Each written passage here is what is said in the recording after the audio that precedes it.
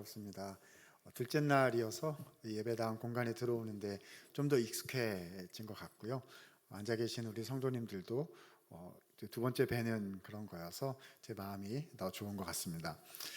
자, 우리는 예수님이 우리에게 참 귀하신 분이다, 귀하신 분 예수 그리스도라는 주제로 어저께 또 오늘 내일까지 계속 말씀을 생각해 보는 시간을 이제 가지고 있습니다. 어저께는 뭘 했었죠? 우리 목사님께서 가장 중요한 포인트를 이제 서로 축복하는 말로 표현해 주셨는데요. 어저께 주제는 하나님 나라와 예수 그리스도였습니다. 예수님은 어떤 분이시냐 하면 하나님 나라, 그 나라에 하나님이 왕이신데 그 통치권을 우리가 위임받아서 하나님 나라를 실현시켜가는 사명을 받은 존재들인데 그렇게 살지 못하는 우리를 회복시키시기 위해서 예수님께서 이 땅에 오셨다. 하나님은 우리를 포기하신다고요? 안 포기하신다고요? 네, 사진을 잠깐 찍기 위해서 제가 앞을 잠깐 보고 있었습니다. 오늘 주제가 지혜인데요. 센스가 있어야 되잖아요. 그래서 카메라를 좀 보았습니다. 하나님은 우리를 포기하시지 않으시고 하나님은 실패하지 않으신다 했습니다. 하나님이 우리를 이렇게 붙잡아 주시는 분이시거든요. 제가 한 분 한 분과 얘기를 나눠본 거는 아니어서 어떤 상황에서 어떻게 살아가시는지는 몰라요. 그런데 우리가 믿는 하나님이 한 분이셔서요. 어저께 또 오늘 또 내일까지 세 번의 시간을 통해서 하나님께서 우리 성도 한 분 한 분 또 집회에 참여하시고 또 온라인으로도 계실 것 같은데요. 성도 한 분 한 분에게 하나님이 찾아와 주시는, 필요한 것들을 공급해 주시고 버틸 수 있게 해주시고 숨 쉴 수 있게 해주시고 다시 일어날 수 있게 해주시고 또 생각이 바뀌어서 다시 해야겠다, 주님 말씀대로 다시 살아야겠다, 이런 마음을 가지실 수 있게 되는 하나님의 은혜가 있으신 우리 이번 집회가 되셨으면 좋겠습니다. 그렇게 될 줄로 믿습니다. 자, 오늘은 이제 두 번째 시간인데요. 어저께 한 창세기 말씀은요, 하나님의 약속이 시작되는 곳이에요. 그래서 예수님이 오실 거다, 여자의 후손이 오실 거다 해서요, 그 내용이 아브라함으로 이어지고 또 모세로 이어지고 또 다윗으로 이어지고 성경에서는 언약이라고 부르거든요. 약속의 말씀이 거대한 물줄기를 이루면서 오실 예수님에게로 쭉 흘러가는 구약 성경의 이제 거대 산맥 시작 지점을 우리가 본 것입니다. 그러니까 약속에 대해서 다루었다, 예수님에 대해서 다루었다, 이렇게 생각하시면 돼요. 그런데 오늘 우리가 할 거는요, 조금 더 다른 새로운 주제다라고 할 수가 있겠습니다. 오늘 제목이 뭘까요? 자, 누구와 예수 그리스도? 지혜와 예수 그리스도입니다. 그래서 오늘은 지혜라는 주제를 같이 한번 다뤄보려고 생각합니다. 그래서 특별히 잠언에 나타난 지혜 그리고 여호와 경외 이야기를 오늘 말씀을 좀 나눠보려고 하는 겁니다. 여러분, 제가 신학교 교수잖아요. 그러면 학교 교수면은 뭐가 있죠? 전공이 있어요. 전공. 신학이 여러 분야가 있는데 저는 그 중에서 성경 전공 교수입니다. 근데 성경도 두 파트가 있거든요. 그 중에 구약 성경 전공이고, 그래서 저는 구약학 교수다 이렇게 돼 있어요. 그리고 조금 이따가 또 볼 건데 그 중에서도 제 전공이 뭐냐 하면 시가서가 전공이고, 그 중에서도 전공이 뭐냐 그러면 지혜서가 전공이고, 그 중에서도 뭘 이제 박사 논문을 뭐로 썼냐 그러면 이제 잠언으로 썼습니다. 그러니까 저는 지혜 전공이거든요. 네. 왜 저한테, 이게 원래 제가 지혜를 전공하려고 했던 게 아니었어요. 박사 이렇게 돼가지고 박사과정 프로그램에 이제 지원했을 때는 선지서를 전공해야겠다, 이사야를 전공하겠다, 야심찬 포부를 밝히고 박사과정에 들어갔습니다. 마음대로 됐을까요? 사람이 자기의 길을 계획할지라도 그 길을 인도하시는 분은 여호와시니라. 그래서 인생이 바뀌었습니다. 그래서 왜냐하면 가니까 교수님이 이사야 전공 지도해 주실 생각이 없으신 거죠. 그런 말은 안 하시는데 이렇게 빤히 보면 보이잖아요. 흘러가는 게. 뭘 해야 되겠다? 지혜서를 해야 살아남을 수가 있구나.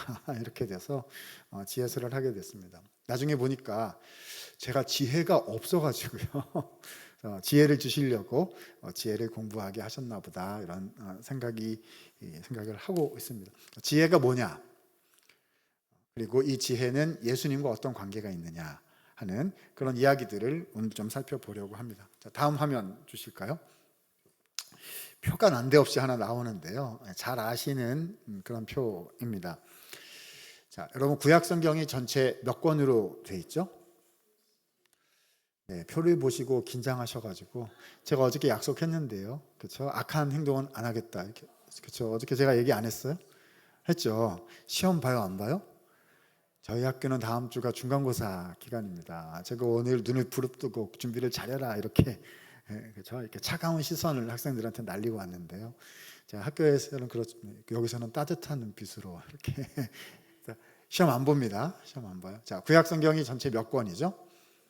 39권. 어떻게 하는 거죠? 9구단을 외자. 여기는 그런 거 아니에요? 9구단을 외자. 39, 27 더하면 66. 그래서 구약 39권, 신약 27권 더하면 66 이렇게 되잖아요. 구약 39권을 이런 표로 정리할 수가 있습니다. 이 표는요, 그 성경의 파노라마, 구약의 파노라마, 신약의 파노라마 이런 프로그램이 있는데 거기서 가져온 표이고요. 이제 내용 설명은 막 적어놓은 거는 제가 적어놓은 설명입니다. 구약 성경은요, 왼쪽 기둥 17권, 오른쪽 기둥 17권, 가운데 5권 이렇게 돼요. 위에 들어가는 네모에는 다 5이라는 숫자가 들어가고 밑에 있는 왼쪽, 오른쪽 밑에 부분은 다 12 이런 숫자가 들어갑니다. 자, 맨 왼쪽 기둥을 보시면요. 자, 모세 오경 5권이 있어요. 창세기, 출애굽기, 레위기, 민수기, 신명기. 노래 불러야 되나요? 창세기, 출애굽기, 안 할게요. 그리고 그 다음에는 역사서 12권이 있는데 여호수아, 사사기, 룻기, 사무엘, 상하, 열왕기, 상하, 역대, 상하, 에스라, 느헤미야, 에스더. 그래서 싹 다 역사책입니다. 그러니까 옛날에 일어났던 과거 역사를 서술해 놓은 역사책들이에요. 왼쪽 17개, 그러니까 5개 플러스 12개니까 17권이겠죠. 과거 기록이다. 자, 오른쪽 17개를 보겠습니다. 자, 대선지서 5권이 있어요. 이사야, 예레미야, 에가, 에스겔, 다니엘 이렇게 되겠죠. 그 다음에 소선지서 12권이 있어요. 호세아, 아모스, 오바댜 이렇게 쭉 나가서 말라기까지 가는 12권. 선지서는 전부 다 책이 몇 개인 거죠? 17권입니다. 자, 선지서는 자, 과거에 대한 걸까요? 미래에 대한 걸까요? 미래에 대한 거예요. 정확히 말하면 현재 청중에게 회개를 요청한 것이고, 그래서 어떻게 하느냐에 따라서 미래가 어떻게 될 것이다. 그래서 현재로부터 미래로 가는, 사실 뭐 예언이니까 미래라고 해도 뭐 큰 문제는 없을 겁니다. 자, 그러면 가운데 있는 한 부분이 남아요. 5권짜리. 자, 가운데가 5권이 뭐죠? 시가서입니다. 제 전공이 뭐라고요? 시가서. 그래서 맨 마지막에 하는구나. 자기 전공이 중요하다고. 그게 아니에요. 오늘 주제가 이제 이쪽으로 들어갈 거여서 이제 마지막에 하는 겁니다. 시가서 5권이 있어요. 욥기, 시편, 잠언, 전도서, 아가서까지 5권입니다. 자, 왼쪽 기둥은 과거 기록, 오른쪽 기둥은 미래에 대한 예언이라면 가운데 5권은 뭘까요? 과거, 미래. 가운데는 뭐죠? 현재가 되겠죠. 우리가 우리의 일상에서, 우리의 삶의 현장에서 씨름하는 실제적인 내용들이 이 5권에 고스란히 담겨 있다 생각하시면 됩니다. 다른데 우리의 삶이 안 담겨 있다는 건 아니고요. 여기에 집중적으로 되어 있다는 겁니다. 시편 말씀을 대표적으로 보면은요, 여러분 시편, 다윗의 시편 뭐 이런 거 읽어보면 그게 다윗의 역사 기록입니까? 아니면 나에게 주신 기도문 찬양집입니까? 나에게 주신 기도문 찬양집인 거예요. 그렇잖아요. 주님, 왜 이렇게 원수가 많습니까? 주여 나를 도와주시옵소서. 이런 내용들이 시편에 많잖아요. 이게 과거예요, 미래의 현재예요? 나의 현재. 여기서 내가 이 말씀을 나의 기도문, 나의 찬양의 내용으로 드려라, 지금 써라라고 주신 거거든요.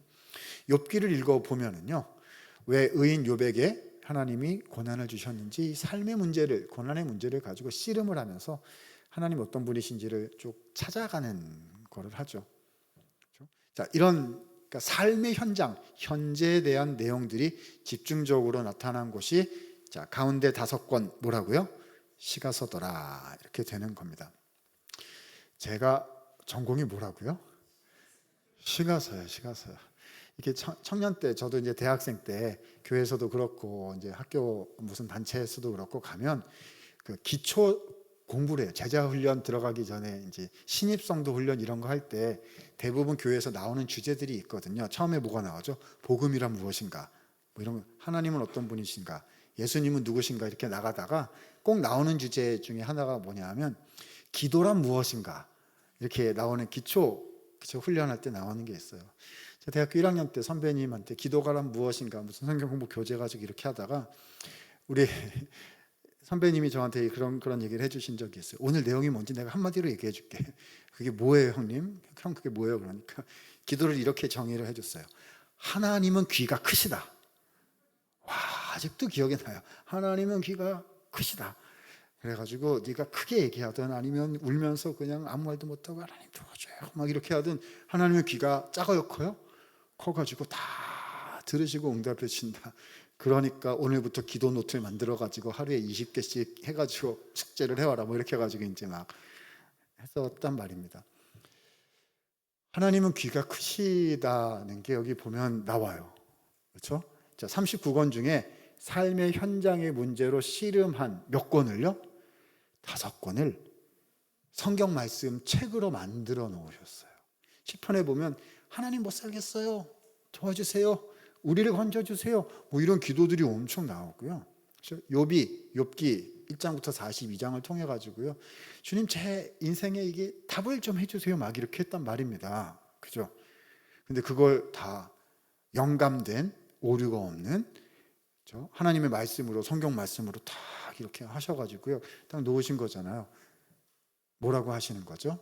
와서 이 기도대로 기도해라. 욥처럼 고민이 있으면 나에게 와라. 그 귀가 크시다, 이렇게. 제가 뭘 공부했다고요? 시가서 얼마나. 제가 선지서 공부할 뻔했어요. 선지서 훌륭해요. 선지서 중요한데 하나님이 이 시가서를, 삶의 현장 문제를 공부하게 하신 게 얼마나 감사한지 모릅니다.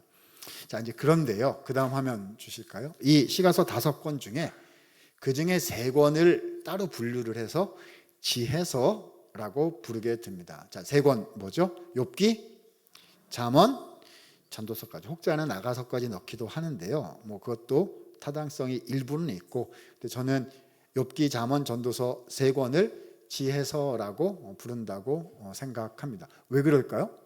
이 3권에 무슨 단어가 많이 나오기 때문일까요? 지혜라는 단어가 많이 나오기 때문에 그렇습니다. 그리고 오늘 저녁 저에게 주신 시간 내내 저는 지혜 이야기를 내내 할 거예요. 약간 걱정이 되어가지고 미리 예방주사를 하나 놔야 되는데요.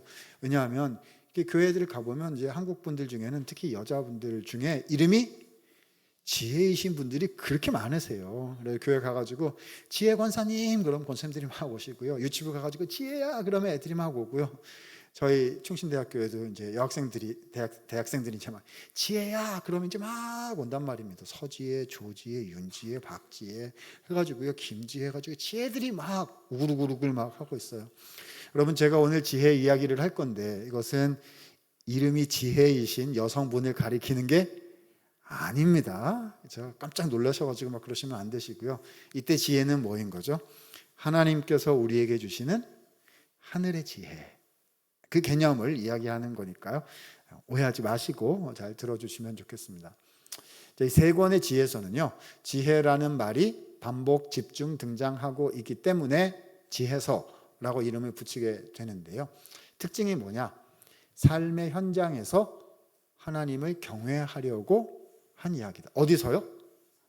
현장에서. 우리의 월화수목금토 일상에서 하나님을 두려워하고자 한 이야기들이 이 지혜서의 내용들이다 생각하시면 될 것 같아요. 결국 하나님 백성의 삶을 실천하라는 거죠. 자, 어저께 우리가 했던 내용들은요, 우리가 하나님 나라의 백성이다, 하나님 나라를 실현해야 된다라는 임무, 사명을 얘기한 거고요. 지혜는 뭐죠? 그것을 우리의 삶 속에서 실제로 어떻게 실천해낼 수 있느냐라는 굉장히 실천적인 우리의 일상 얘기를 하고 있는 것이다. 쉬울까요? 어려울까요? 어렵죠. 그렇죠? 자, 오늘 이 얘기를 들어가 보면서 어떻게 하나님 백성으로서 실제로 살아낼 수 있을 것인가의 기준은 뭐고 방법은 뭔가 하는 이야기들을 좀 해보도록 하겠습니다. 자, 약간 인트로덕션을 좀 한 다음에 잠언 본문으로 그 다음 들어가고, 오늘은 뒤로 갈수록 재밌어집니다. 네, 그래서 처음에 편하게 들으시고요. 뒤로 갈수록 약간 재미나지기 때문에 좀 기대하셔도 되는데, 큰일 났네요. 이렇게 얘기하면 잘해야 되는데 큰일 났습니다. 자, 다음 화면 주실까요? 하나님의 백성은 어떻게 살아가는가, 이 주제가 성경의 아주 중요한 주제 중에 하나입니다. 이렇게 설명하면 될 것 같아요. 하나님 백성이 되는 방법을 성경은 얘기합니다. 그러니까 더 쉽게 얘기하면 어떻게 하면 구원받을 수 있습니까? 구원받을 수 있는 방법을 얘기해요.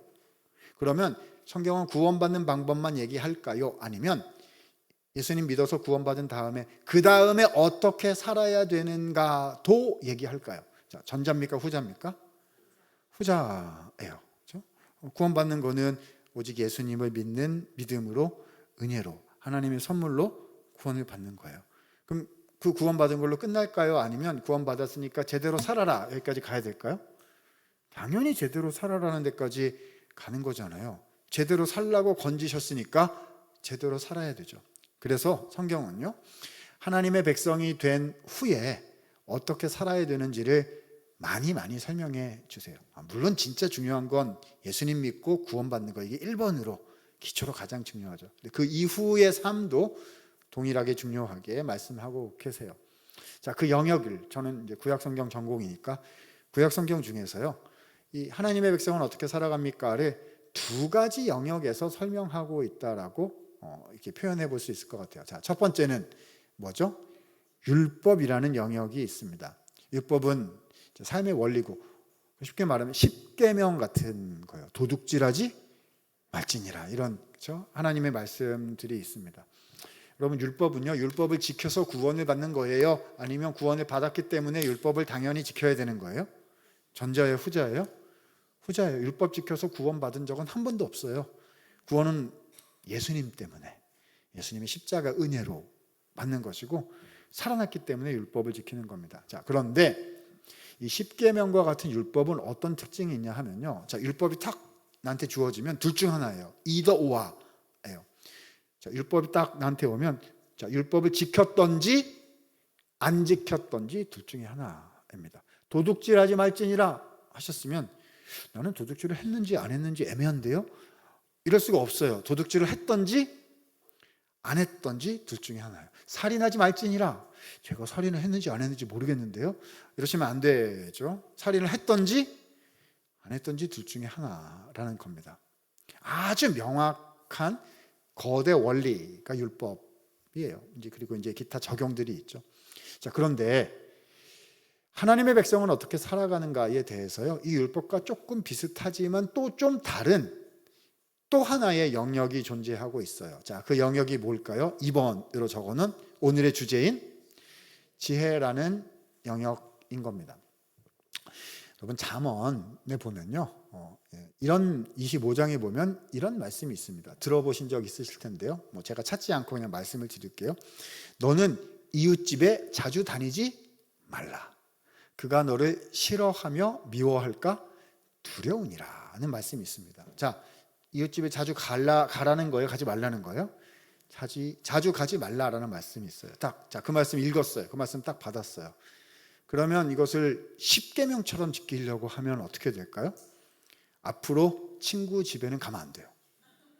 그잖아요. 그렇죠? 1월 1일 날 담임 목사님이 그 말씀을 읽었어요. 그러면 이제 그 다음부터 그 교회의 목회 철학은 신방 금지 이렇게 되는 거죠. 그잖아요. 가까운 집에는 가지 말라.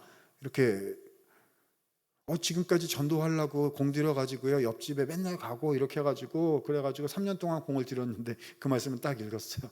그럼 이제 전도를 포기해야 되는 거고, 그 집에 어르신이 막 아프시고 아기가 아프고 그래 도와주면 안 돼요. 왜냐하면 이웃집에 자주 가지 말라라는 말씀을 들었으니까요. 순종해야죠. 이웃사랑보다 말씀 순종이 우선이다. 뭐 이렇게 돼가지고요. 이렇게 되면 될까요? 안 될까요? 말씀 지켜야죠. 아닌가요? 뭐 또 질문을 하죠. 자주 가는 게 뭡니까? 그럼 이제 거기에 해석의 선이 들어가야 되는데, 그러면 말씀에다가 말씀을 있는 그대로 지켜야지 거기에 정도의 해석의 선을 이렇게 집어넣어 가지고 그럼 그 정도의 해석의 선은 누가 결정하는 것입니까? 막 복잡해. 그죠? 허물을 덮는 것이 사랑이니라는 말씀이 있어요. 그럼 오늘은 이제 제가 만들어낸 가상의 예들이 좀 나올 거니까요. 그러려니 하고 들으세요. 그렇죠? 연쇄살인범이 있었는데요. 누군지 알게 됐어요. 계속 내일 또 살인을 할 거예요. 근데 잠언 말씀 읽었어. 뭐라고 써 있어요? 허물을 덮는 것이 사랑. 어떻게 해야죠? 덮어야죠. 내일 살인할 건데 신고하지 말고 덮어야죠. 왜냐하면 허물을 덮는 것이 사랑이라고 써 있으니까요. 그렇게 되나요? 아니면 당장 잡아다가 그렇죠? 더 이상 나쁜 짓 못하게 경찰서에 가둬야 되나요? 이런 문제들을 다루고 있는 게 지혜입니다. 그렇죠? 그래서 저는 이렇게 표현해보고 싶어요. 지혜란, 욥기, 잠언, 전도서는 세계관을 우리한테 훈련시켜주고 있다. 어떻게 생각하고, 그러니까 월드 뷰죠. 이게 안경 같은 거예요. 언약 백성이, 하나님 백성이 됐을 때 쓰는 안경은 뭡니까? 그잖아요. 눈 나쁜 사람은 안경 없으면 잘 안 보이다가요, 안경 쓰면 잘 보여요. 안경을 안 벗고 있으면은 운전할 때 어디로 갈지 모르다가 이렇게 딱 쓰면 저리 가면 되는구나라고 알 수 있는 거거든요. 어떻게 해야 하나님의 백성답게 살 수 있는지를 알려주시는 것이 지혜이고, 그래서 지혜는 세계관적인 영역이다. 그래서 저는 학교에서는요, 이 지혜는 언약 백성의 세계관적 가르침이다 라고 우리 신학생들한테 가르치고 있습니다. 다음 화면 보겠습니다.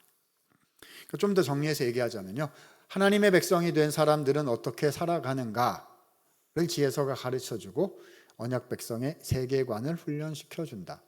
그 핵심 주제는, 이 지혜서 3권에 가장 많이 나오는 그 핵심 개념이죠. 여호와를 경외하는 것이 지혜의 핵심 개념이다 라고 이야기하게 됩니다. 저는 현재 이렇게 이해하고 있습니다. 욥기, 잠언, 전도서 이 3권은요, 여호와를 경외하는 지혜 세계관을 배우는 훈련 학교다, 훈련 프로그램이다, 이렇게 설명할 수가 있겠습니다. 다음 화면요. 성경 순서로는 이제 욥기, 그다음 시편인데 빼고 잠언, 전도서 이렇게 순서대로 돼 있었을 텐데요. 돼 있는데요. 난이도 순서대로 소개를 하자면 초급 과정은 잠언이고, 그 다음 공부하는 중급 과정이 전도서고, 그리고 중급 정도는 때야 들어가서 맛배기 해볼 수 있는 내가 욥기다, 이렇게 설명드릴 수가 있겠습니다. 그 중에 오늘은 뭘 하겠다는 겁니까? 입문서 정도에 해당되는 잠언을 해보겠다는 겁니다. 딱 보시면 알 거예요. 좀 이따가 나오겠지만 잠언은요, 청년들에게 주신 말씀이에요. 이때 청년이란 육체의 나이 정도를 얘기하는 게 아니라, 그러니까 이 언약 백성의 세계관 훈련을 아직 못 받아본 거예요. 그렇죠? 그래서 아직 아직 젊어요. 그래서 어떤 세계관을 취할 것인지를 선택하십시오. 이렇게 될 때 배우게 되는 책이 잠언이고요. 하나님을 경외하는 세계관을 선택을 해서 쭉 살아봤어요. 근데 살아봤더니 어떻더라? 헛되더라. 이렇게 얘기하는 책이 전도서예요. 그때 헛되다는 말이 쓸데없다라는 말이 아니고 훨씬 더 깊은 의미를 가지고 있거든요. 그래서 전도서는요, 중급이기도 하고, 여기는 비유컨대 청년식이라기보다는 중년, 노년 시기다. 이렇게 생각해 볼 수 있겠고요.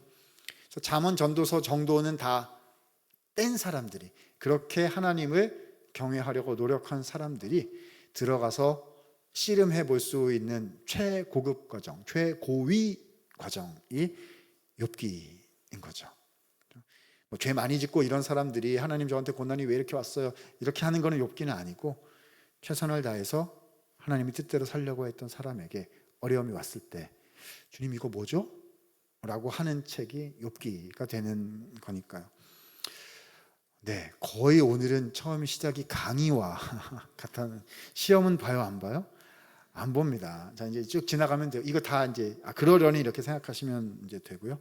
자, 뒤로 갈수록 재미나다고 했는데 하나도 재밌지가 않구나 이렇게 하실 텐데, 처음에 좀 어려워야 뒤로 갈수록 재밌지 않겠습니까? 자, 이제 본격적으로 잠언 이야기로 좀 들어가 보도록 하겠습니다. 다음 화면 주실까요?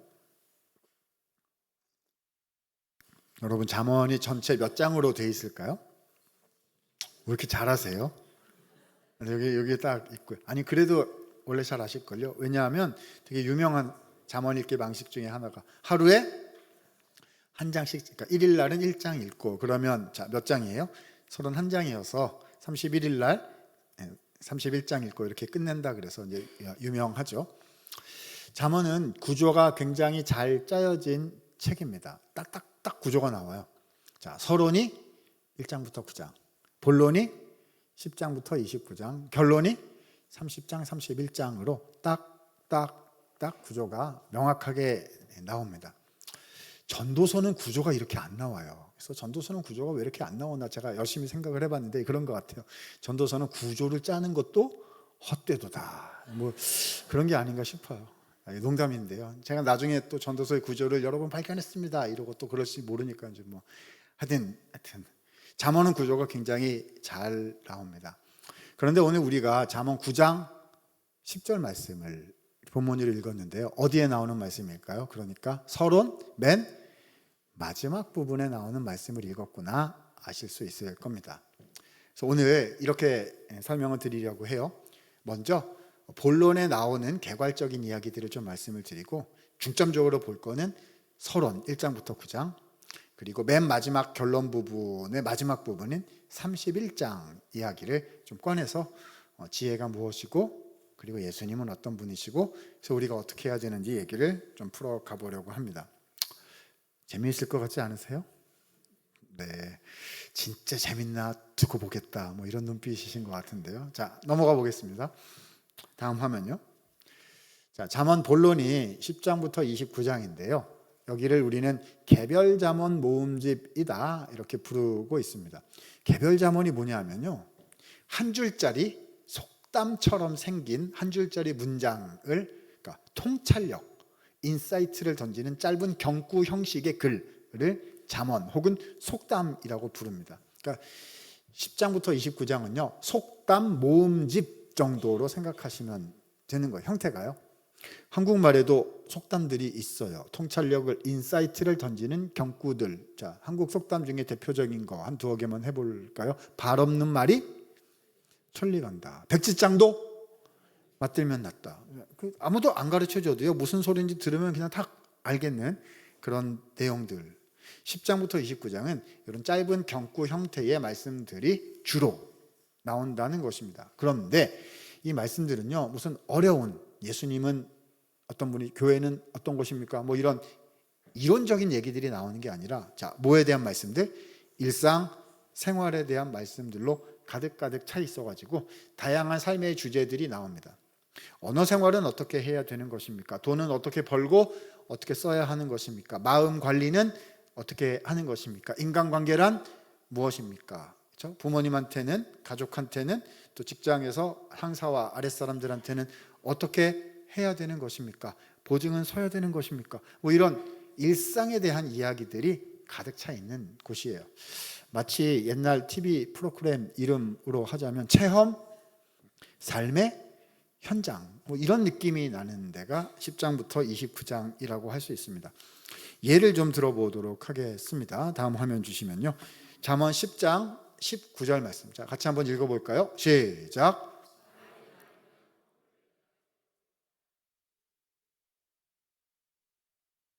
자, 뭐에 대한 말씀이죠?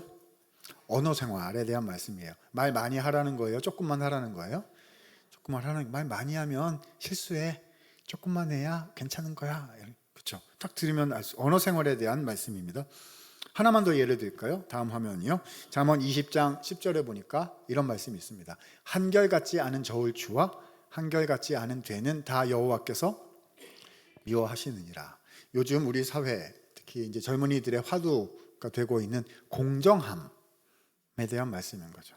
이 사람한테는 이런 잣대를 썼는데 저 사람한테는 다른 잣대를 쓴다. 이러면 된다, 안 된다? 안 된다는 거죠. 이거는 뭐 경제 생활에 관한 이야기일 수도 있고요. 인간관계에 대한 걸 수도 있고요.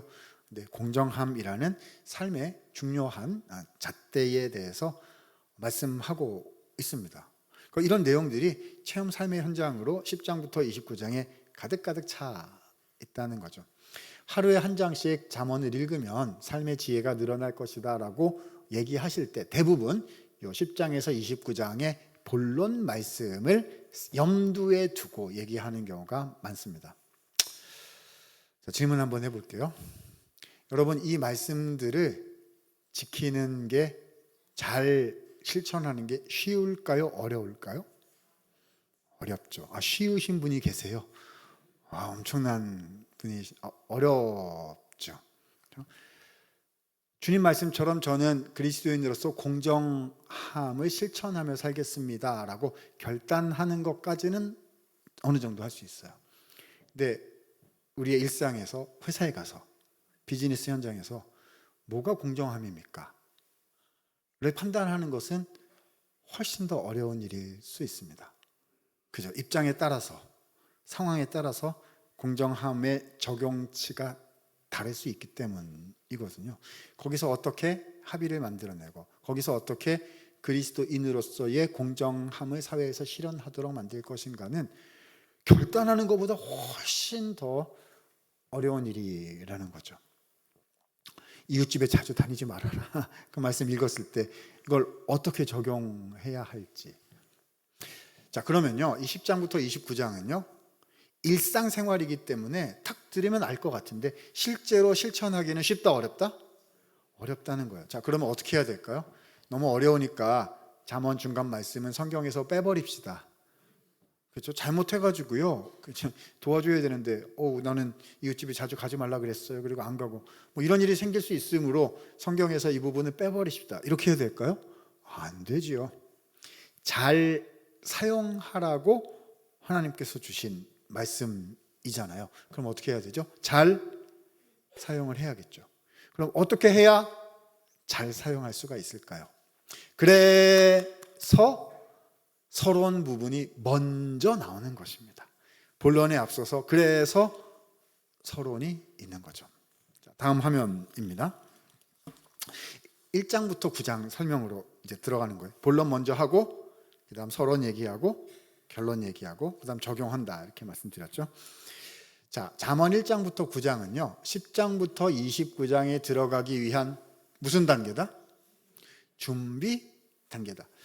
이렇게 표현할 수 있을 것 같습니다. 자, 우리 남자분들 군대 가시잖아요. 그러면 논산 이런 데 가면 어디에 들어가는 거죠? 신병 훈련소 들어갑니다. 거기 가면요 다 알 것 같은 기본적인 거를 그렇게 많이 연습을 시킵니다. 저 아직도 생각나는데요, 수류탄 던지는 거를 연습을 시켜요. 이래가지고 수류탄 들고 있으면 안전핀을 뽑잖아요. 그럼 어떻게 해야 되죠? 하나 둘 셋 해서 이렇게 저쪽으로 던져라, 이런 거를 당연히 안전핀 뽑으면 당연히 던져야죠. 근데 연습 안 하면 어떻게 돼요? 안전핀 뽑고서 돌돌돌돌 하다가 떨어뜨리거든요. 그럼 이제 큰일 나는 거 아닙니까? 그러면 어떻게 해요? 딱 보면 하나 둘 셋 이렇게 몸에 익을 수 있도록 훈련을 하는 거죠. 기본기 훈련을 하는 것입니다. 경영학, 회계학, 뭐 재무 전공을 했다 그래서요 거대 기업에 이렇게 들어가면 그 경영학과를 나오셨습니까? 우리 학교의 최고 재무 담당자로, 우리 회사의 최고 재무 담당자로 모시겠습니까? 이렇게 하실까요? 아니죠. 어디 데리고 들어가가지고 뭐 추리닝 같은 거 입히고 막 신입사원 뭐 훈련 뭐 이렇게 해가지고요 정신교육부터 시키고 우리 기업의 가치는 뭐고 뭐 이런 거부터 하고, 그 다음에 직무훈련 하나씩 해서 하나씩 맡겨가는 걸 할 겁니다. 모든 거에는 기본기 훈련이 필요한 거 아니겠습니까? 그러니까 10장부터의 그 삶의 현장에서의 하나님 백성으로 살아가기 위한 그 현장에 들어가기 전에 연습을, 기본기 훈련을 해야 제대로 할 수 있다. 이렇게 돼 있는 거죠. 자, 1장부터 9장은요. 그래서 학교에서 말할 때는요. 10장 이후를 위한 해석학적 서론이다. 이렇게 얘기하고 해석의 렌즈를 가르쳐 준다. 뭐 이렇게 표현하고 쉬운 말로 하면 준비 단계예요. 준비 단계예요. 이렇게 되죠. 자, 그러면 이 1장부터 9장의 준비 단계로서의 내용이 뭘까요? 그걸 말씀드리는 게 저 같은 사람을 이제 오늘 부르신 이유가 아니겠습니까? 자, 1장부터 9장을 한 문장으로 줄여라 그러면 어떻게 되느냐? 두 번째 줄에 제가 정리를 해놨습니다.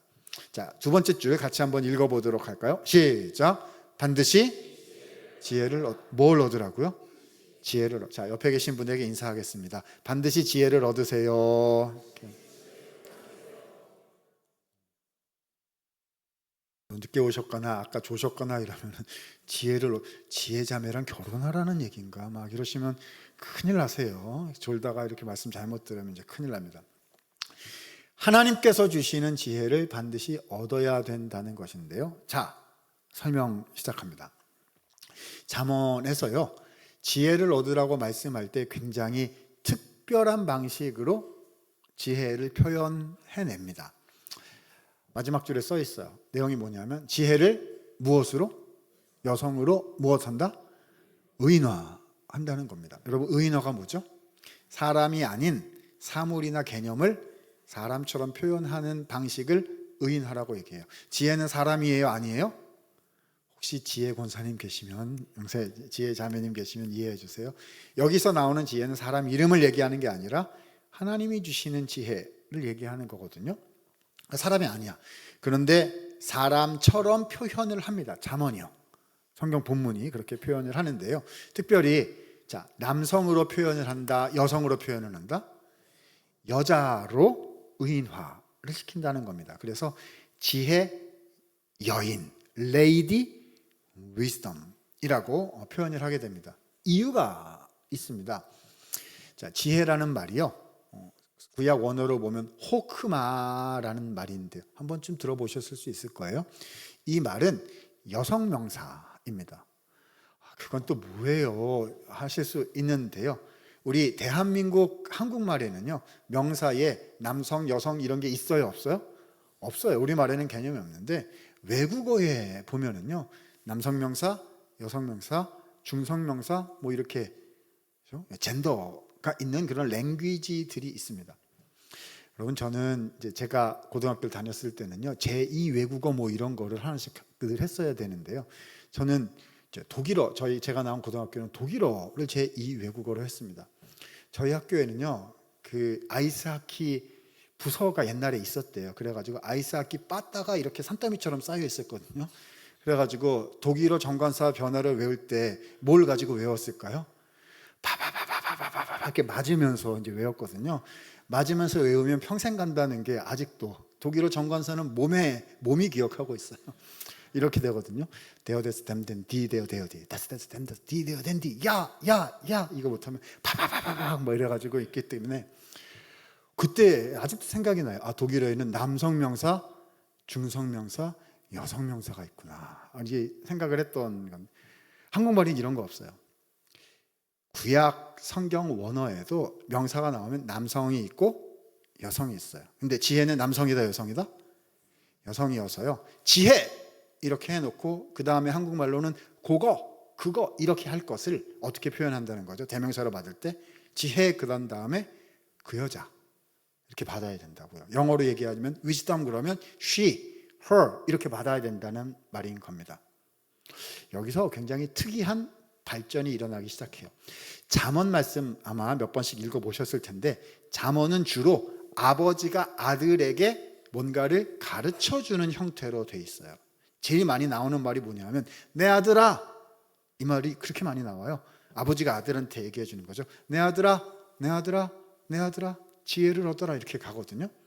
근데 지혜를 얻어라 한 다음에 그걸 대명사로 받을 때 뭐가 되는 거죠? 그 여자를 이렇게 가게 되는 거예요. 특이한 현상이 발현되게 되는 거죠. 아버지가 아들한테 어떤 여자를 소개시켜주는 뭐 이런 형태로 이 컨텍스트가 이어지게 됩니다. 재밌어지는데요. 자, 예를 한번 들어보도록 하겠습니다. 잠언 4장 5절부터 9절 말씀입니다. 자, 화면에 있는 것은 우리가 가지고 있는 개역개정 성경이에요. 저기 보면 지혜를 얻으면 명철을 얻으라, 지혜를 얻으라, 그를 높이라 이렇게 돼 있는데요. 저기 그라고 한국말로 번역한 저 내용이 사실은 다 뭐라고 돼 있어야 되는 거죠?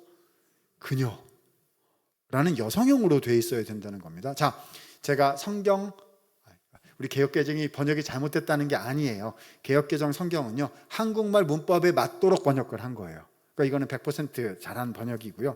근데 저는 성경 원문의 뉘앙스를 살려서 이해가 되시도록 설명을 드리고 있는 겁니다. 자, 뉘앙스 살려서 한번 가볼게요. 아버지가 아들한테 하는 말입니다. 아들아, 지혜를 얻어라. 지혜가 제일이니 지혜를 얻어라. 그 다음 갑니다. 아들아, 그녀를 높이도록 해라. 그러면 그녀가 너를 높이 들어줄 것이다. 자, 클라이막스 갑니다. 아들아, 그녀를 품어라. 이때 품어라는 거 꽉 껴안으라는 말이에요. 그러면 그녀가 너를 명화롭게 해줄 것이다. 여러분, 이런 말 들어보셨어요? 아버지가 아들한테 너 가서 저 여자를 꽉 껴안도록 해라. 이런 말씀 우리 남자분들 많이 계신데 아버님한테 그런 말씀을 들으셨거나 아들한테 그런 얘기를 해주신 적이 있으실까요? 자, 질문 들어갑니다. 자, 아버지가 아들한테 가서 저 여자를 품에 꽉 안으라고 했어요. 이 말이 무슨 뜻일까? 자, 1번, 2번 중에 골라보시기 바랍니다. 1번, 아들아, 가서 그 여자와 단회적인 만남을 갖도록 하여라. 2번, 아들아, 가서 그 여자와 영속적인 만남을 갖도록 하여라. 1번일까요? 2번일까요? 1번이요. 단회적인 만남. 아들아, 오늘은 가서 저 여자를 꽉 껴안고 내일은 가서 다른 여자를 꽉 껴안도록 하여라 라고 성경에 돼 있을 리가 없잖아요. 그죠? 자, 2번입니다. 그죠? 아들아, 그 여성과 영속적인 관계를 맺도록 하여라. 이게 무슨 말이죠? 자, 여성과 남성, 남성과 여성의 영속적인 관계, 그죠? 한 단어 뭐죠? 썸이요?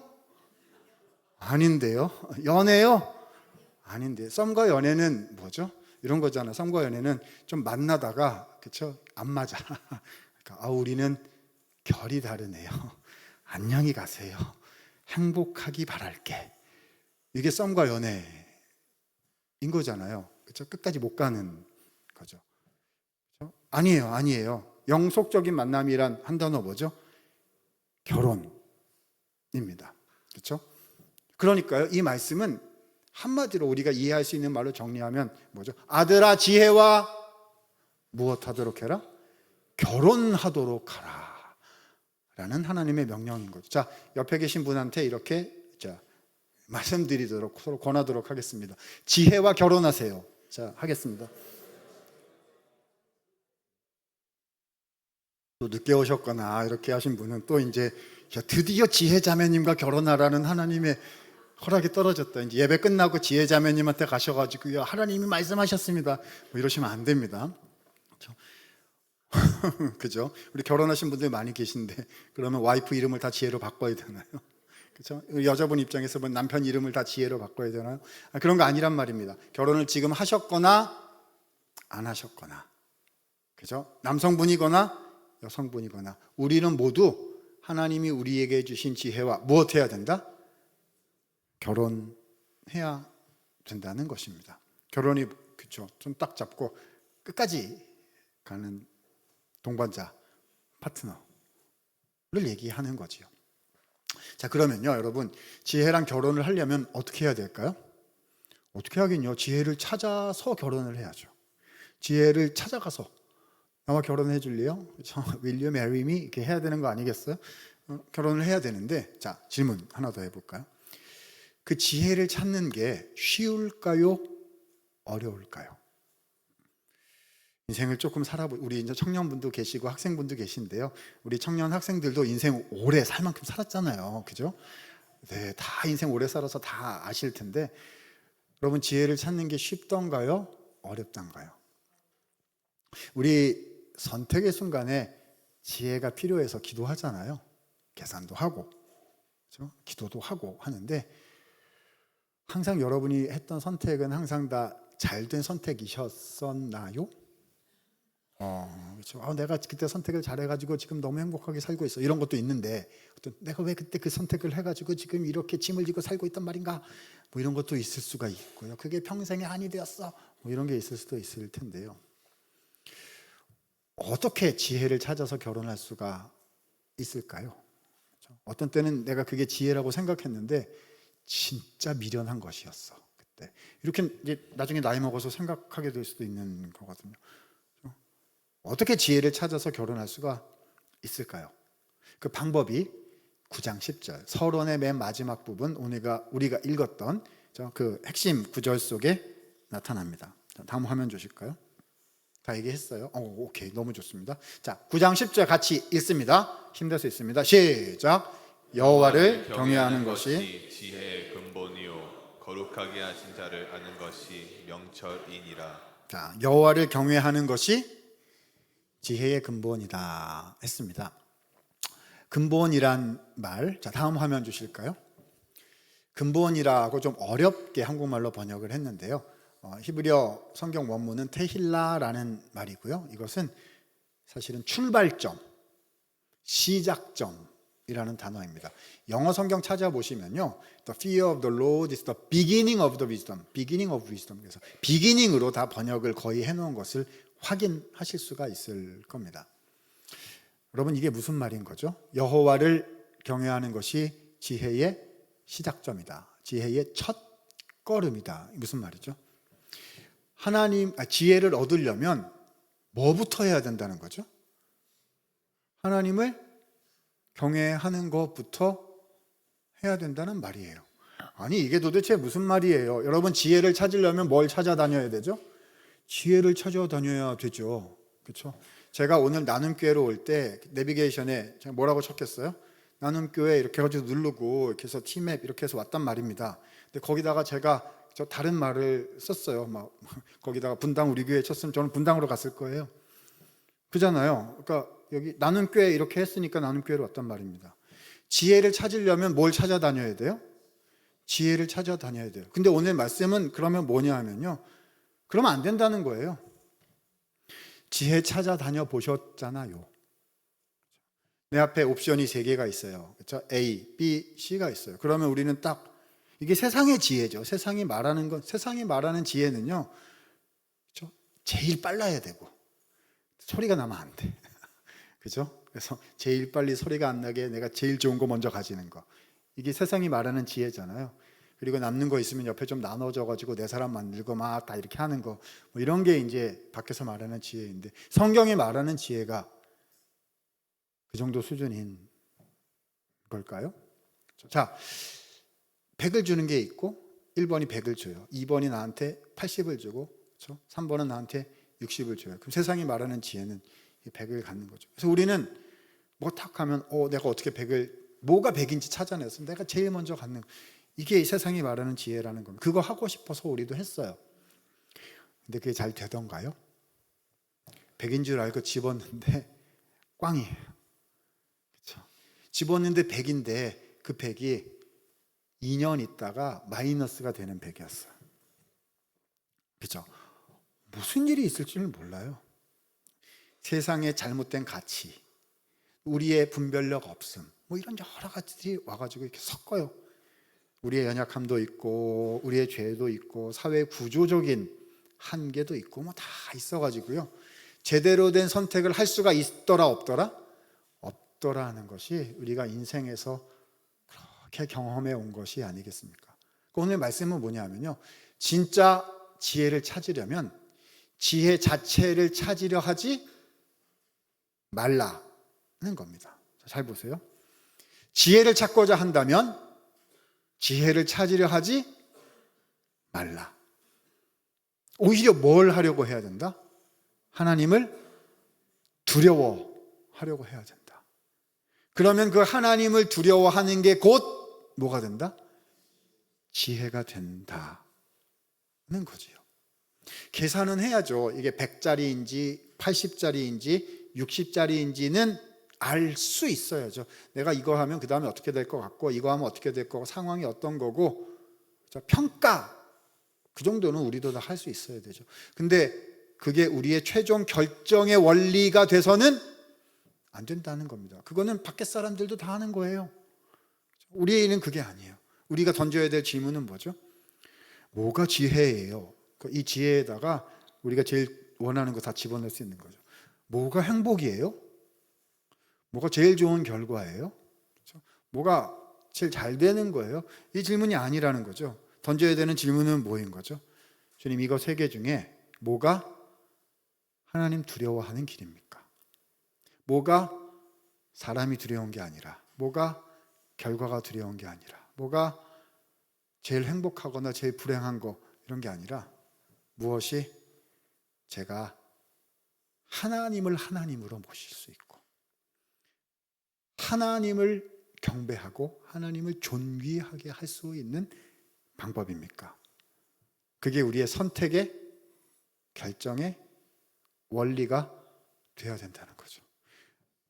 그러면 이 여호와를 경외하는 것이 우리를 어디로 인도한다고요? 참 지혜로 인도한다 하는 겁니다. 자, 지혜랑 결혼하는 방법은 뭐인 거죠? 지혜를 지혜 자매님 찾아다니지 말고, 지혜 찾아다니지 말고 누굴 찾아다녀라? 여호와 경외를 추구하십시오. 그러면 그 여호와 경외가 우리를 참 지혜의 길로 인도하고 하나님이 주시는 진짜 은혜, 진짜 행복, 진짜 의미 있는 삶으로 우리를 이끌어 주실 것입니다. 이것이 잠언 1장부터 9장의 가르침인 것입니다. 질문 한번 드려볼게요. 여러분, 지혜랑 결혼하셨나요? 그렇죠? 나 주일날 교회 와가지고 교회 나오면 됐지. 나보고 뭘 더 하라는 겁니까? 어저께 그거 아니라고 다 말씀을 드렸는데요. 그렇죠? 진짜는 하나님 백성으로 사는 게 진짜거든요. 그잖아요. 그러니까 건지셨기 때문에 살아야죠. 풀려났어요. 감옥에서 풀려났어요. 그러면 이제는 사람답게 살아야 되는 거잖아요. 근데 그 사람답게 살려면 지혜를 따라다니려 하지 말고 지혜가 필요하죠. 행복을 따라다니려 하죠. 행복해야 돼요. 행복하지 않고 어떻게 살아요? 그렇죠. 안정감, 삶의 의미 이런 거 따라다니는 게 아니고 그거 삶의 의미 있어야죠. 어떻게 살아요? 따라다니다가 미련함한테 집어삼키려 함을 당하고 세상한테 집어삼킴을 그게 아니었어. 이렇게 될 수 있단 말입니다. 그러니까 그렇게 하면 안 되고요. 진짜 그렇게 하려면 무엇을 추구해야 된다? 어떻게 하면 하나님이 존귀하게 되실 수 있는가? 어떻게 하면 주님의 이름이 높아지실 수 있는가? 어떻게 하면 내가 세상이 두렵고 결과가 두렵고 이게 아니라 살아계신 하나님이 두려운 그런 선택, 그런 실천을 할 수 있는가? 를 하면 그것이 우리에게 뭐가 된다? 지혜가 되고 그것이 우리를 진짜 행복으로 이끌고 진짜 하나님의 은혜가 충만한 삶으로 이끈다는 것입니다. 이것이 서론 1장부터 9장의 말씀인 거죠. 자, 이 말씀을 딱 들었어요. 배웠어. 그럼 이제 어디로 들어가는 거죠? 10장부터 9장의 체험 삶의 현장. 여러 가지 다양한 말씀들의 세계로 쭉 들어가서 이 기준을 가지고 말씀들을 풀어내고 적용해 간다는 겁니다. 자, 본론도 했어요. 서론도 했어요. 자, 그럼 뭐가 남았죠? 네, 결론이 남았겠죠. 자, 31장, 잠언 31장으로 가보도록 하겠습니다. 자, 다음 화면 주실까요? 잠언 31장 마지막 부분인 31장 10절부터 31절을 보면은요. 잠언의 결론 부분으로서 자, 현숙한 여인의 송가라는 그런 본문 하나가 등장하게 되어 있습니다. 쉬운 말로 하면요. 현숙한 아내, 어떤 현숙한 아내가 있었는데 그 여자가 되게 잘했기 때문에 칭찬하는 노래를 지었다 이런 겁니다. 우리 옛날 뭐 이렇게 보면은요. 연료 송덕비 뭐 이런 거 있잖아요. 그렇죠? 또 효자 이렇게 기념비를 세웠다 뭐 이런 거, 그런 거랑 비슷하다고 생각하시면 됩니다.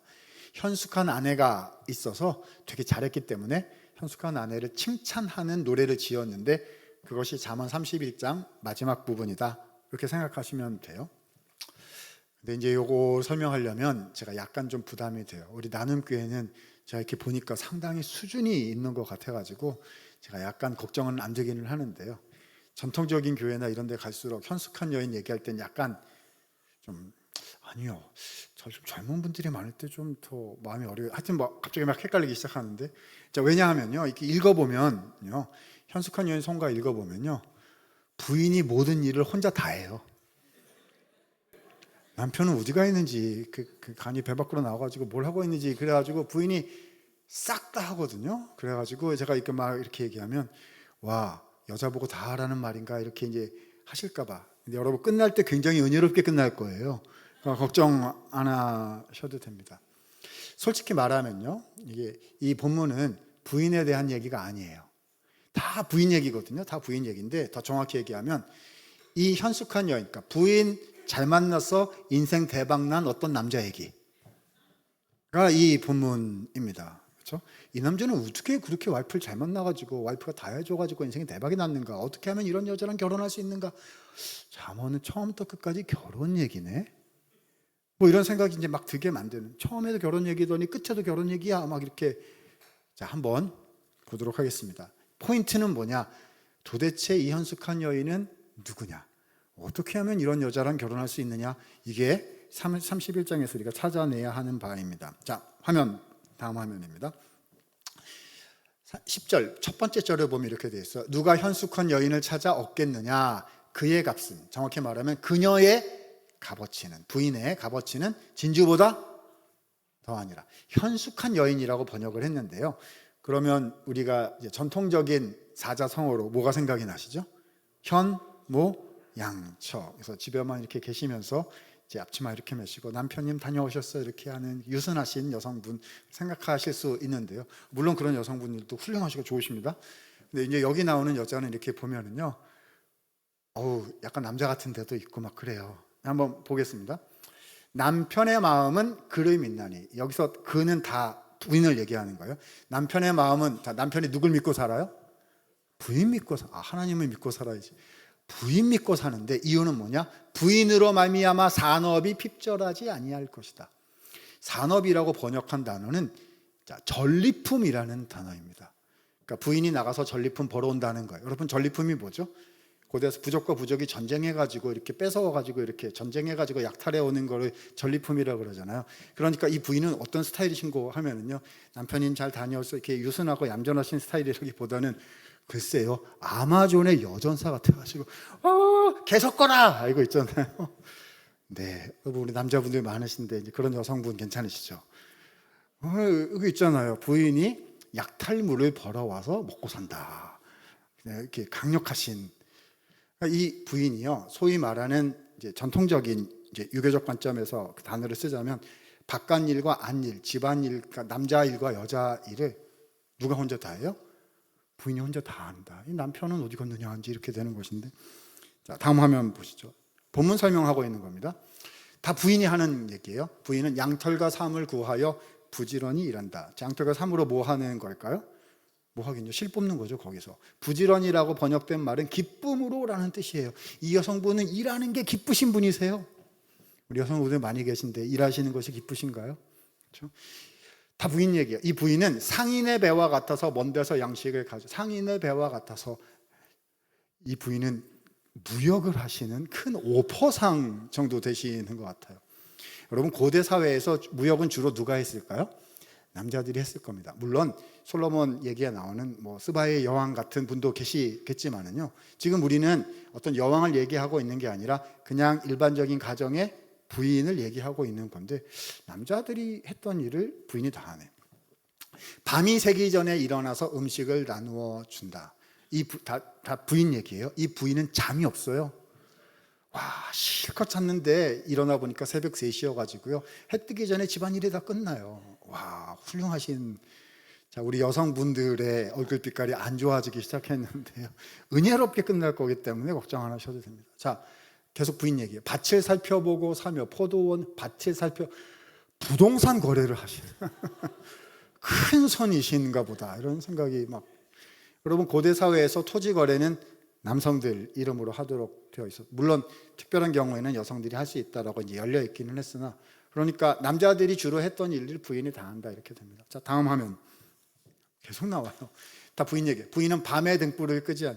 아까 새벽에도 잠을 안 잤는데 밤에도 잠이 없으세요 이분은.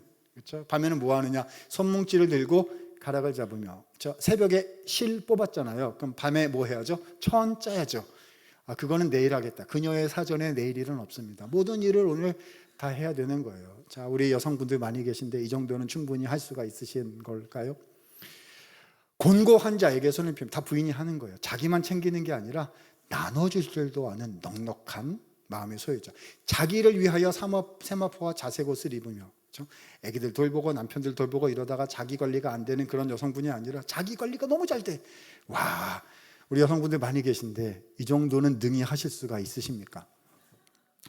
제가 여성분 입장이라면 목사님 자꾸 못하겠어. 10분의 1만 할래. 이건 너무한 거 아니에요. 성경에 이런 말이 있고 이거 어떻게 해요? 막 이럴 것 같다는 말입니다. 남편 어디 갔어요? 남편 어디 갔어요? 자, 다음 화면 앉아 있어요. 자, 다음 남편은 그 땅의 장로들과 함께 성문에, 야, 이 사람 봐라. 앉아 있어요. 뭐 하느냐? 사람들의 인정을, 무슨 인정을 받을까? 이런 걸까요? 친구들이 이제 얘기해 주는 거죠. 자네 인생에서 잘한 거 딱 한 가지 있네. 뭐죠? 부인 잘 만났네. 업고 사시게. 뭐 이런 말일까요? 아니요. 농담한 거 그렇지 않습니다. 이 사람 중요한 일을 하고 있는 거예요. 그 땅에 장로들과 함께 어디 앉아 있어요? 성문에 앉아 있다. 고대 사회에서 성읍의 문에 앉아서 하는 회의는 그 성읍 최고의 행정회의다 생각하시면 됩니다. 요즘 말로 얘기하면 장관 정도 된다 생각하시면 되는 거예요. 이렇게 되는 거죠. 부인이 바깥일 안일 싹 다 해가지고 남편을 장관 만들었다. 뭐 이런 종류의 이야기여서 칭찬했더라. 이렇게 지금 들리고 있는 겁니다. 자, 다음 화면요. 이렇게 됩니다. 그 전 화면일 것 같아요. 바로 위에. 네. 맞습니다. 그 다음 화면입니다. 자녀들이 일어나 어머니께 감사하며 남편은 자기 아내를 칭찬하기를 세상에 덕행 있는 여자가 많겠으나 그대는, 이게 현숙한 여인 아내를 얘기하는 거죠. 모든 여자보다 뛰어나다.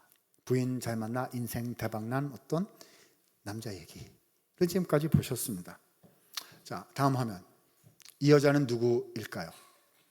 자, 전통적인 해석 중에 하나는요, 고대 사회의 이상적인 배우자상이다라는 해석이 있습니다. 이 해석을 우리가 버리기는 어려울 것 같아요. 왜냐하면 부인이 이렇게 했다라고 되어 있기 때문에요. 자, 그런데 우리는 한 걸음 더 들어가서 잠언 전체의 큰 틀을 생각해야 될 것 같습니다. 자, 아까 아들아 결혼을 해라라고 했거든요. 누구랑 결혼하라 그랬죠? 지혜요. 근데 맨 끝에 보니까 대박나게 결혼을 잘했어요. 자, 그러면 이 여인은 누구인 거죠? 지혜인 거죠. 왜 부인이 다 한 걸로 나와요? 누가 다 해준 거죠?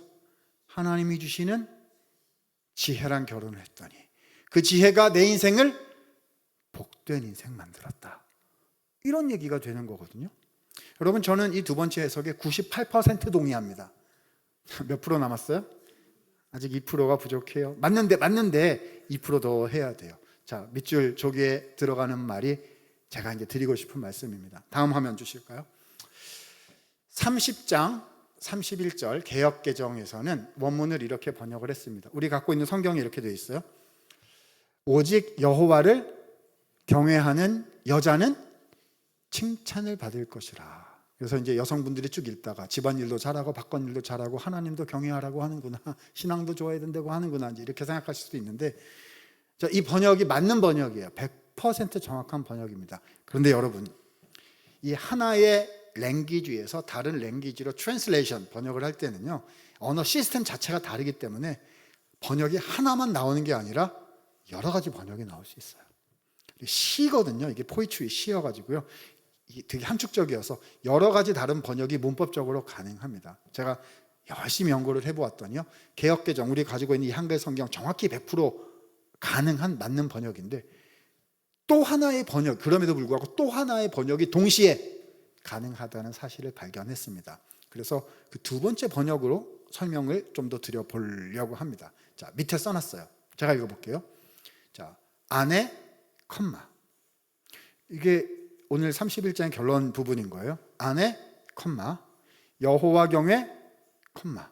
그 여자는 칭찬을 받을 것이다. 이게 무슨 말이죠? 아내, 컴마, 여호와 경외, 컴마. 이거는요, 문법적으로 동격 관계를 말하는 겁니다.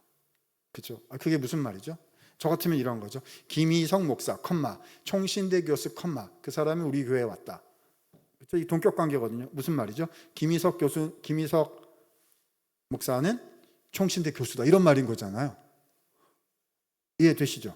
그러니까 지금 아내, 컴마, 여호와 경외, 컴마, 그 여자는 칭찬을 받을 것이다 라는 말은 아내가 곧 뭐다?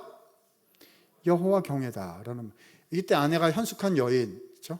부인 잘 만나서 인생 대박나게 만든, 남편 대박나게 만든 그 아내거든요. 그러니까 그 아내, 현숙한 여자는 곧 뭐다? 여호와 경외다라는 말인 거죠. 다른 말로 바꿔볼까요? 부인 잘 만나 인생 대박난 이 남자는 누구랑 결혼을 한 거죠? 경외요. 여호와 경외랑 결혼을 한 거죠. 목사님 그게 무슨 말이에요? 아까는 누구랑 결혼하라 그랬어요? 지혜랑 결혼하라 그랬단 말입니다. 근데 지금 마지막에 와보니까 누구랑 결혼을 했어요? 경외 씨 하고 결혼을 했단 말입니다.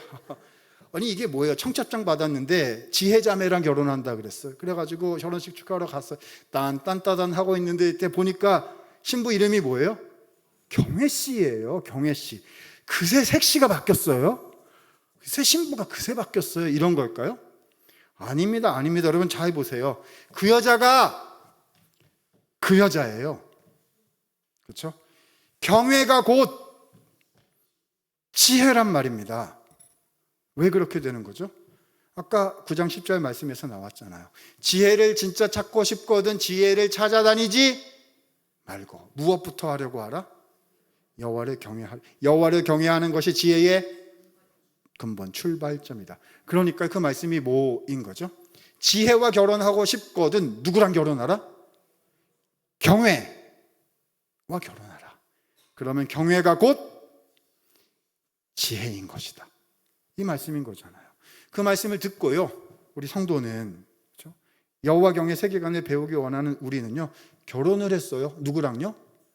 경외 씨 하고 결혼을 했어요. 경외 씨가 곧 지혜 씨거든요. 그래서 결혼해가지고 10장 이후에 체험 삶의 현장으로 들어갔단 말입니다. 언어 생활은 어떻게 해야 됩니까? 돈은 어떻게 벌고 어떻게 쓰는 것입니까? 인간관계란 무엇입니까? 사람을 존중한다는 것은 무엇입니까? 뭐 마음 관리는 막 있어요. 근데 그런 하나하나를 실제로 실천하는 게 쉽다고요? 어렵다고요? 어렵다고요? 애매하다고요? 헷갈린다고요? 판단하기 어렵다고요? 저게 나한테 100을 줄 것인지 80을 줄 것인지 60을 줄 것인지 잘 모르겠단 말입니다. 뭐가 어떻게 되는 건지, 이 100이 진짜 100인 것인지 60이 진짜 100인 것인지 모르겠단 말입니다. 그래서 어떻게 했어요? 일단 계산해놓고, 자, 평가 딱 해놓고 결정하기 전에요, 누구한테 물어봐야 되죠? 누구한테 물어보겠냐? 와이프 재가를 얻어야죠. 그렇죠? 옆에 있는 분에게 부인은 어찌 생각하시오? 를 했다는 겁니다. 근데 그 부인이 누구인 거죠? 여호와를 경외하는 신앙인 거죠. 딱 듣고서 이제 부인이 대답을 해주는 거예요. 그 중에 이번에 100, 그게 하나님 두려워하는 길이에요. 부인 재가가 떨어졌어요. 그럼 어떻게 하면 되죠? 잘 됐어요. 100 가지세요. 이렇게. 제일 좋은 거 가져요. 이렇게. 주님을 위해서 많이 드리시고 이웃들을 위해서 많이 흘려보내시고 하면 되는 거죠. 근데 어떤 때는요, 부인이 안 된대요. 그 100짜리 그거 가짜리예요. 그거 하면 나중에 큰일 난대요. 이번엔 좀 부족해 보이다. 80. 이게 하나님 두려운 길이에요. 이 길로 가면 하나님이 더 깊은 은혜를 줄 겁니다. 요게 진짜예요 라고 부인이 말해 주더라는 거예요. 부인 말 들어야 돼요? 안 들어야 돼요? 들어야죠. 딱 선택을 했더니 지금은 부족해 보이나 그것이 나를 살리고 이웃을 살리고 교회를 살리고 가 되더란 말입니다. 이것이 31장의 여러분 결론인 거죠. 화면 주실까요? 현숙한 여인이란 여호와 경외를 가리켜 여호와 경외의 여성 의인화 현상이 31장에 나타난 것입니다. 다음 화면요. 그래서 이런 거죠. 여호와 경외와 결혼하여 지혜와 결혼하십시오. 여호와 경외와 결혼하여 지혜와 결혼하라는 하나님의 초대장이 우리에게 주어져 있는 것입니다. 여러분, 결혼하셨어요? 하나님을 경외하겠습니다 라는 기준과 새로운 가치와, 이게 안경이라고요. 이렇게 잘 안 보여요. 이렇게 뭐가 진짜 좋은 건지 안 보여가지고 세상이 저게 제일 좋은 거라 그러면 그게 제일 좋은 건지 알고 살다가 하나님의 세계관이, 지혜가, 여호와 경외 세계관이 선명하게 보인다는 거죠. 결혼한 것입니다. 목사님, 저 썸 타봤어요. 옛날에 수련회 가가지고요, 지난번에 뭐 이렇게 하다가요, 여호와 경외, 하나님 두려워하고 이렇게 주님을 존경해서 썸 타보고 연애도 한 5년 해본 것 같아요. 근데 결이 안 맞아. 나랑은 안 맞아. 그렇죠? 안녕히 가세요. 행복하기 바랄게. 알아요. 만나봤고, 그렇죠? 만나봤고 알아. 근데 같이 있지 않아요. 결혼하셨습니까? 만나봤다는 거 말고요. 1000번을 만나봤어요. 이런 거 말고요. 부인은 어찌 생각하시오? 를 지금도 하고 계십니까? 지혜와 결혼하라는 초대장입니다. 그죠? 어저께 말씀드린 것처럼요, 저는 이제 설교를 계속 하다 보면 이제 어떤 생각이 든다고요. 끝나고 내려가면 목사님 일 좀 와봐요.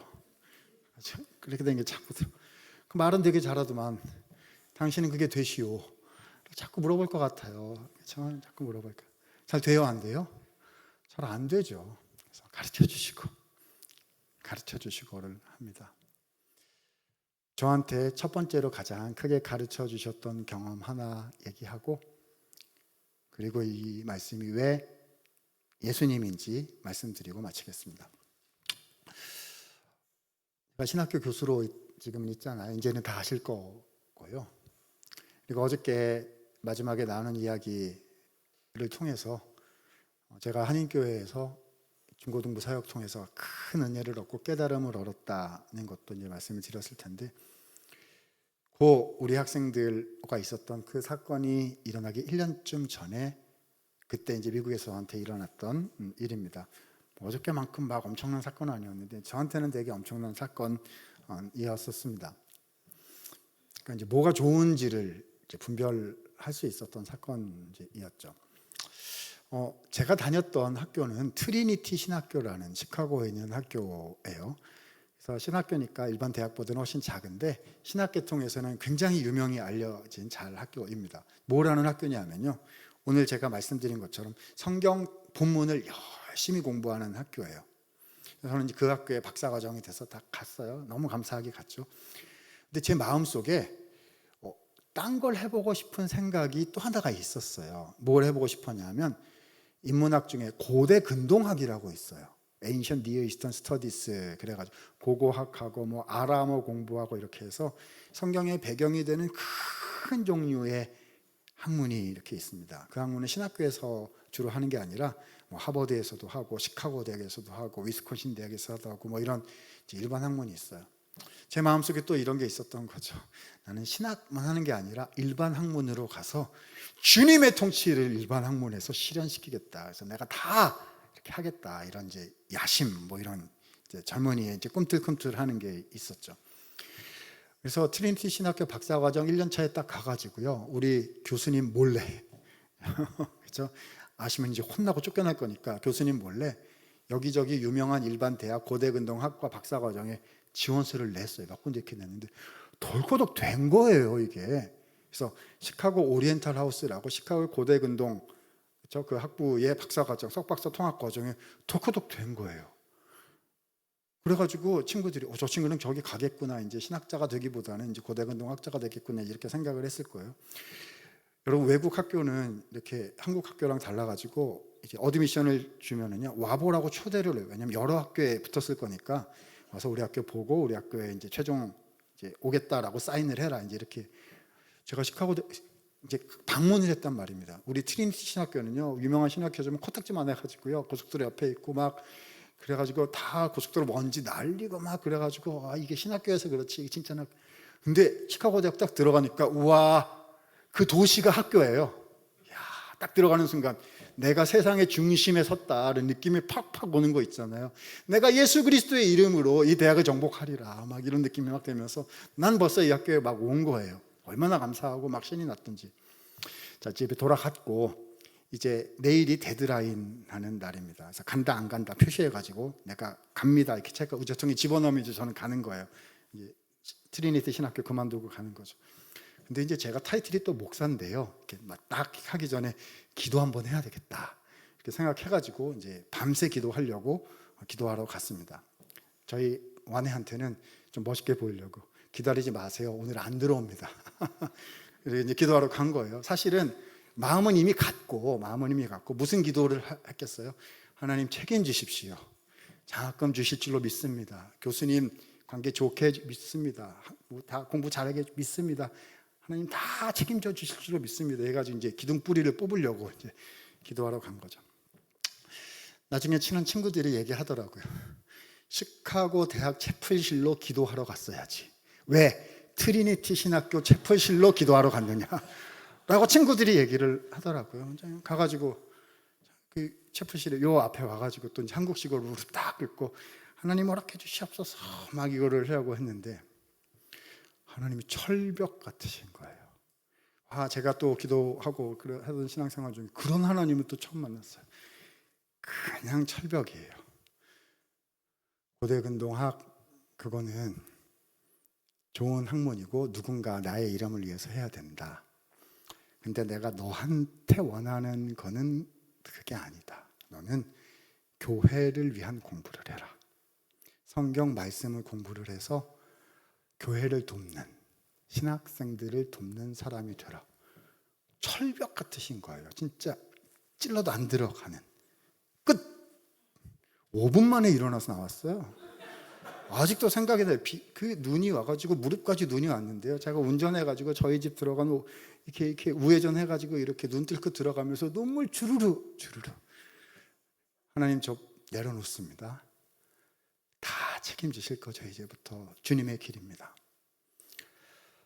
그 이후로 제가 학교에서 교회에서 받은 하나님의 은혜는 이루 말할 수가 없습니다. 제가 간증을 다 할 수가 없는데요. 그 중에 하나가 어저께 저녁에 말씀드렸던 제 인생과 관점을 바꿔온 어떤 그 사건이 교회에서 일어났고요. 학교에서도 교수님 조교가 되고 이렇게 하면서 얼마나 많은 것들을 공급받았는지 몰라요. 그 일이 있었기 때문에 지금의 제가 있고 청신 강단에서 후학들을 가르칠 수 있는 사람이 됐습니다. 인간적으로 말하면 시카고 신학교가 뭐예요? 시카고 대학 고대근동학과 박사가 알아주고 먹어주는. 저는 한국 안 왔을 거예요. 미국에서 대학 교수 하고 있었겠죠. 근데 그게 중요한 게 아니고요. 그게 아니고 내 인생을 통해서 어떻게 하나님을 높일 것인가, 어떻게 주님이 원하시는 일을 할 것인가를 선택하는 저한테 있어서 굉장히 중요한 시간이었다고 생각이 됩니다. 여러분, 이 지혜가 뭘까요? 이 지혜가 뭘까요? 자, 한두 개만 더 보고 기도하겠습니다. 다음 화면 주실까요? 잠언 31장 중에요. 자, 그 다음 화면 있습니다. 그 다음 잠언 8장 나오는 화면 넘겨주시면 됩니다. 잠언 31장 중에요. 네, 잠언 8장 나오는 거. 네, 감사합니다. 잠언 8장을 우리는 지혜장이라고 부르고요. 지혜가 자기 자신을 스스로 설명하는 유명한 구절이 나옵니다. 나는 1인칭 단수 설명으로 나오는데 이게 위즈덤이 지혜가 자기 자신을 설명하는 연설문 형태의 말씀이에요. 이렇게 되어 있습니다. 여호와께서 태초에 일하시기 전에 나 지혜를 이미 가지고 계셨다. 여러분, 그러니까 지혜는 피조물에 속하는 거예요? 아니면 창조 이전부터 있었던 거예요? 창조 이전부터 있었다. 그러니까 지혜는 피조물에 속해요? 아니면 피조물에 안 속해요? 피조물에 안 속해. 피조물에 안 속하면 어디에 속하는 거죠? 어디에 속하긴요? 창조주 그분께 속하는 거죠. 그렇죠? 피조물이 아닌 창조주와 같으신 분이 지혜예요. 그가 하늘을 지으시며 궁창의 해면을 두르실 때 나 지혜가 거기에 있었고, 지혜는 하나님의 창조에 동참하신 분이세요. 자, 보세요. 하나님 같은 분이신데 하나님과 구별되시는 분이세요. 누구를 가리키는 표현일까요? 다음 화면 주시기 바랍니다.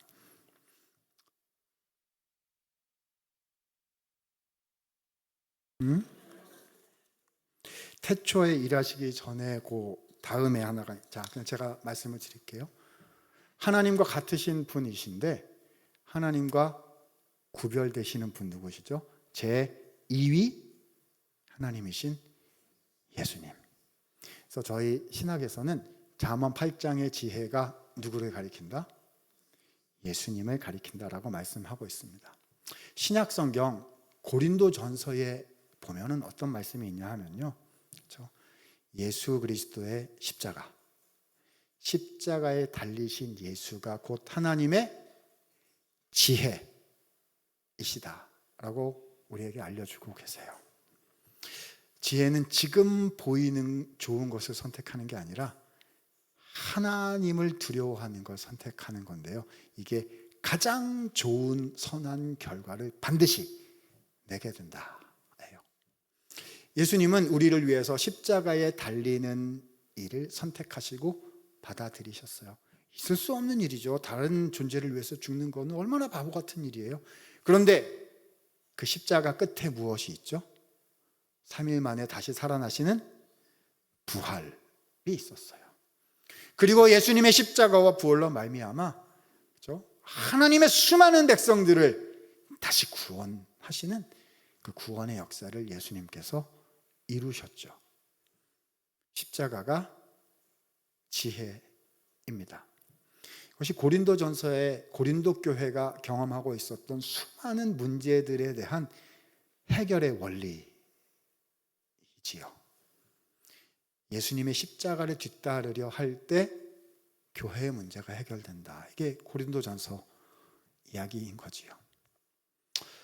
지혜는 예수님을 말합니다. 예수님께서는요, 하나님을 경외하는 선택을 하셔서 십자가로 가셨고 부활을 경험하셨고, 그래서 교회를 세우셨습니다. 사랑하는 성도 여러분, 우리는 지혜와 무엇하라? 결혼하라고 초대받고 있습니다.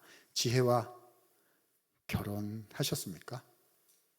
혹시라도 이런 생각을 한 번도 안 했다 생각하시는 분이 있으시면요, 오늘 이 밤 지혜와 결혼하실 수 있기를 바랍니다.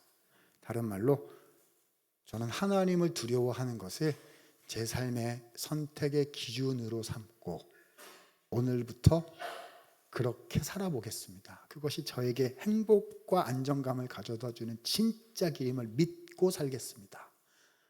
선택하실 수 있기를 바랍니다. 혹시 여호와 경외의 지혜와 썸 타봤어요? 가끔 연애했었는데 헤어졌어. 3년 전에 헤어졌어요. 어려운 일이 있었거든요. 1년 전에 마음 아픈 일이 있어서 헤어졌어요. 이러시면요, 어떻게 하셔야 되죠? 다시 만나서 오늘부터 다시 시작하실 수 있기를 바랍니다. 여호와를 경외하는 것이 지혜의 근본이라 말씀하신 우리 하나님께서 참 지혜와 참 행복과 가장 좋은 선한 열매를 우리 성도님들의 삶에 허락해 주실 것입니다. 기도하겠습니다. 은혜 많으신 하나님, 부족한 사람 하나님의 말씀 전달 증거하였나이다. 사람의 표현들은 다 잊혀지게 하시되 하나님의 귀하신 말씀만 우리 가운데 남아서 이 고난주간 지내며 귀하신 분, 우리에게 참 지혜가 되어 십자가로 오신 그 예수님을 경험하며 예수님을 따라가며 우리도 예수님처럼 여호와 경외 지혜와 결혼하는 참된 신앙인의 인생길을 걸어갈 수 있도록 하나님 우리 모두에게 하늘의 은혜를 허락하여 주시옵소서. 귀하신 예수님 이름으로 기도드리옵나이다. 아멘.